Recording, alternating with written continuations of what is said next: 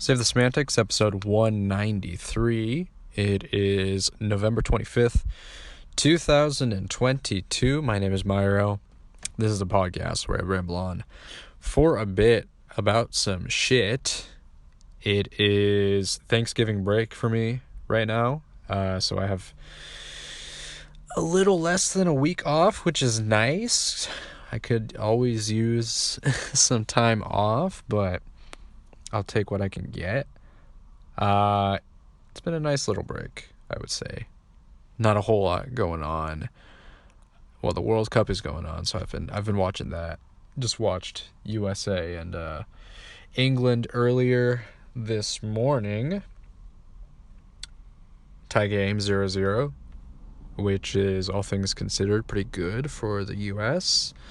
They just have to now win against Iran in their next match, which is sometime next week. So that's that. So yeah, been just kind of watching soccer, and as always, watching some basketball. Although I haven't really been super glued on to the NBA as of late. I would say I haven't really watched the last couple of the Warriors games. Actually, that's not true. I watched part of their game against the Pelicans, which was terrible, where they lost by almost 50 points. So that was I tuned into that for a little bit. Dog shit. It was a dog shit. I know that they played the reserves and everything like that, but man, that was rough. I don't really... I understand the reasoning behind it in order to rest the starters and all that stuff, but my God, that was just... I feel like they could have put up a better front. And I know they did the same thing last time where they had a back-to-back with the Pelicans on the second game on that back-to-back, on the back end of that back-to-back. But I don't know. It's just kind of... They won the next game against the Clippers. I wasn't able to catch that one, but I don't know. I think maybe they can turn it around as long as they can maintain a very strong homestand. Then we'll still be in the conversation in terms of the playoffs and everything like that. So, and I don't know, maybe they can turn it around second half of the season. Maybe they can make some moves at the trade deadline. So yeah, we'll see. I am cautiously optimistic, not overly optimistic. I think there are, of course, a lot of things that the team can work on and change, as I have discussed before. So again, it's always in the realm of possibility to make some moves and make some changes that can positively affect the team later down the line, later down this season. So I'm going to keep my eyes peeled on that. Other than that, yeah, I've been I've been a bit passive in terms of watching games right now. And this is the same thing that happened last year, where I was super into the first few weeks of the season, and now I'm kind of like, okay, maybe slow down a little bit. Kind of get burnt out on basketball, or just get kind of tired of watching. So got to pace myself a little bit. But Warriors are playing... Who are they playing today? Let me take a look. I think if they're playing at home, then we have a good chance, obviously. They are playing against the Jazz. So that might be a tough matchup, considering where the Jazz are currently. If they've somehow managed to maintain their pretty good record, above 500 and everything like that. Are they still first in the standings? I think so. Taking a bit for me to load my shit. But yeah, that's going to be a hard matchup. I don't think it's going to be easy. I haven't really watched the Jazz play at all this season, so it'll be interesting to see how how we match up against them. But it's going to be tough, man. It's going to be tough. Uh they have better role players than we do in terms of like the bench. So if they can they can probably take advantage of us in that area. So we'll see how the lineups do going into this game. So, but yeah, I think we'll be all right. But it's not going to be easy. We can't walk into this one thinking that it's going to be a win. Pretty much every game we can't expect going into it being a win. Just how this team has played early on. So yeah, but this one's going to should be a good game. So I'm excited to catch it later tonight. In other things, other news or whatever, I started playing Persona 5. I don't know if I mentioned this last time, but I'd say I'm kind of in the early parts of the game, and so far I'm really enjoying it. I think it's been a lot of fun. I think the beginning of the game had like it was sort of difficult. There were a lot of tutorials kind of thrown at you, which is understandable. I think it's a little hard to pace like the tutorials in the sense to make it where you're able to kind of like engage with the game at the same time while also taking all of this information in at the same time. So it's hard. I think tutorials for JRPGs in general, since there are so many mechanics to kind of keep track of, I think it's difficult to have a good tutorial section in that sense. But I'd say the one kind of minor criticisms that I've had for the beginning of this game is just some of the tutorials earlier on were a bit handheldy. It was a bit it kind of slowed the pace down of the game, especially during like battles and stuff, where it's like, okay, they're giving me a lot of dialogue here, they're giving me a lot of just a lot of information. It's like, okay, I understand if this is someone's like first JRPG and they're trying to figure out how the turn-based battle works and shit, but this is pretty straightforward. I think the battle system is pretty, I don't know, it's pretty, I don't want to say derivative because it's good, it's a lot of fun, but it's straightforward. So it's if you've played any of the traditional JRPGs, Dragon Quest, Final Fantasy, whatever, this is kind of, it's easy to get into, but I understand if this is like the first time for someone. So, yeah, again, I think it is hard to balance out for experienced players and then people that are getting into this kind of genre for the first time. It's kind of hard to balance out. We don't want to give too many tutorials, but at the same time, we don't want players to be kind of left in the dark on how things work. So I think in terms of the approach, this is probably the best that they can do. Just so everybody's kind of on the same page. So even if it is for players like me who are a little impatient and kind of just want to get into the game immediately, I guess, I understand kind of the need to have these types of tutorials. So I can't really blame the developers there. But yeah, I've had a lot of fun with it. I've heard about kind of the gameplay loop of going through the days. You have a limited number of time to sort of min-max your stats, focusing on different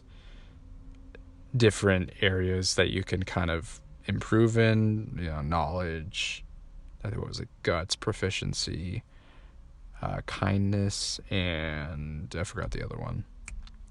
But you can kind of try to like max out on certain things. Like I don't know what would be the best. I don't exactly know what the best approach would be, but I kind of just want to have like a balanced build, I guess. So I've been trying to focus on, doing a bunch of different things on different days to try to do the most. Yeah, just to have the most like balanced character. That's kind of what I do whenever I play. Whenever I've played any of the other SMT games, I've always just tried to have the main character have the most balanced kind of skill set where they're not completely, I don't know, we're not completely like attack focused and stuff like that, because I think there are other characters that can fill in that role. Uh, while I think having a just kind of a all around sort of character who can kind of do everything is probably the best approach and the most fun, in my opinion. For the main character, where you have the ability to control multiple types of demons, I guess in this case personas. So I think that is probably that's usually the approach that I go with these games. So this is my first Persona game though, so definitely a shift in the tone, in the style of the game. SMT is very dark. It's very, there's not really a lot of room for humor. And even if there is, it's not really the focal point. This is much more, there's a lot more going for it. There's a lot more lighthearted. Even if there are some pretty dark themes that are explored in this game, it's less, it's less of the kind of the central theme than in SMT, where it's just sort of or I guess more, not the theme, but like the environment is less dour and depressing and dark than in the the Shin Megami Tensei games that I've played. So that's that. It's been, I do like sort of the ideas, again, the themes that this game is exploring so far. I think that there's a lot of like social commentary about the state of Japan in terms of corruption, political corruption, just some levels of like classism, stuff like that. Some of it is kind of overt and sort of in your face, and you're like, okay, I understand where it's coming from. Some of it is a lot more subtle, where they sort of, certain conversations kind of pop up from NPCs, and you kind of get to listen in on what they're talking about, and you can kind of get a sense of what people are feeling, sort of this anxiety, people unwilling, just the inability of people to survive with a living wage. There's some conversations that you can kind of overhear when you're walking past people, and so I think a lot of these contribute to sort of setting the scene in modern Tokyo. It feels pretty grounded. It feels, it doesn't feel completely fantastical. There's also kind of this element of escaping reality, where you have these, the main characters that you play as are these high school students, and you want to kind of change the world, right? Like you're much more willing to take on these risks, and sort of just like, it's in the sense where I don't want to give too much away, but it's kind of like a little Inception-y. That's all I'll really say. But you kind of go into this person's, or you kind of go into a different reality in order to change someone. is sort of the kind of the premise, one of the main premises of this game, and that kind of is uh, very similar to Inception. I think it's just interesting in terms of how this the setting and everything kind of is used to kind of tell this story, where you're in Tokyo, you're in this, you're in one of the biggest cities in the world, this metropolitan. You have all of these people with, they feel kind of powerless in that sense, and then you have these like kids that it's very anime in that sense, right? Like it's not a crazy change in terms of like the storytelling from animes that have like similar plots and story beats in that sense, where you have these kids that want to change the world. But I think because it's sort of set in this, modern, this current contemporary setting, I think it lends itself a lot of strength, and I think a lot of people, it seems like it's resonated with a lot of people, and I think that's why this game is, among all the other things, the music, the characters, the style, the stylistic choices and everything like that. I think among all that, I think just the ideas that are presented in the story kind of resonate and appeal to a lot of people, and I understand that. I think it's sort of, it lends, the common folk, it gives them this incredible power to overcome the just the horrors and the shittiness of modern day life, and these kind of social hierarchies and structures and all that stuff. So I think there's a lot of interesting themes being explored in the game, and I enjoy that. I think that's cool, and yeah, I've been really having a lot of fun with it. I like the idea of having limited time to, I guess, to do certain things. It's sort of, it gives some pressure, and it makes you sort of think about what you want to focus on. And again, my approach with character building is really to kind of have like a balanced set. So you have to kind of think about, okay, so for this specific day, I focused on proficiency, and then the next day I'm gonna put some time into working on intelligence or whatever like that. So I think you have to kind of think about these things without, like, you can't really just grind for skills in this game, which I think is cool. You can grind your levels, I think. I'm pretty sure. There's like an area in the game where you can stay there as long as you want.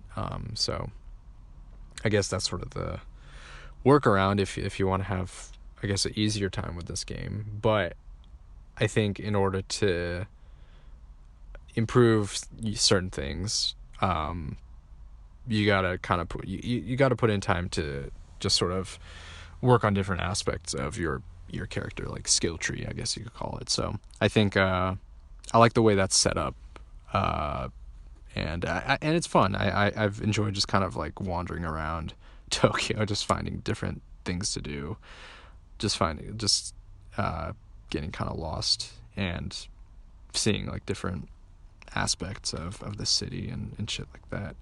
Again, it makes me reminisce a little. It makes me want to go back. Want to go back to Japan and kind of experience that in real life again. So that's been nice. I've had a lot of fun with that game. I also, yesterday, I purchased freaking BioShock. I bought I forgot what it was called, collector's edition, whatever the fuck, I don't know. It had all 3 of the BioShock games, which I have wanted to play for quite a while. So I want to play through that series because I just want to. I just it's something that I've kind of had on my sort of wish list for a while. It was on sale. It was $10 for all three of the games for the Switch. Ah, that's a fucking steal, dude. Three older AAA games. That's a great bargain. So I got them, and I'm gonna see. I'm trying to figure out. I know that I'm pretty sure those games are like relatively short, so I can definitely get through them sometime. Maybe I'll like interject playing those in between when I play Persona, but I've also been having a lot of fun with Persona, so I don't know if I want to balance that out or if I just want to just go through straight, Persona. But Persona is probably going to take like 100. I don't know how many hours, but I'm guessing typical JRPG length. So maybe not as long as Xenoblade, but still pretty long. So I think maybe having kind of a separate game on the side might be a good idea, just to kind of have a little variety in there, to kind of switch it up. So yeah, I think maybe I'll see how I feel. Maybe I'll get started, play through a little BioShock, but I don't know. We'll see how I feel. But I couldn't pass up on the deal. That was well worth it. Other than that, yeah, quiet week.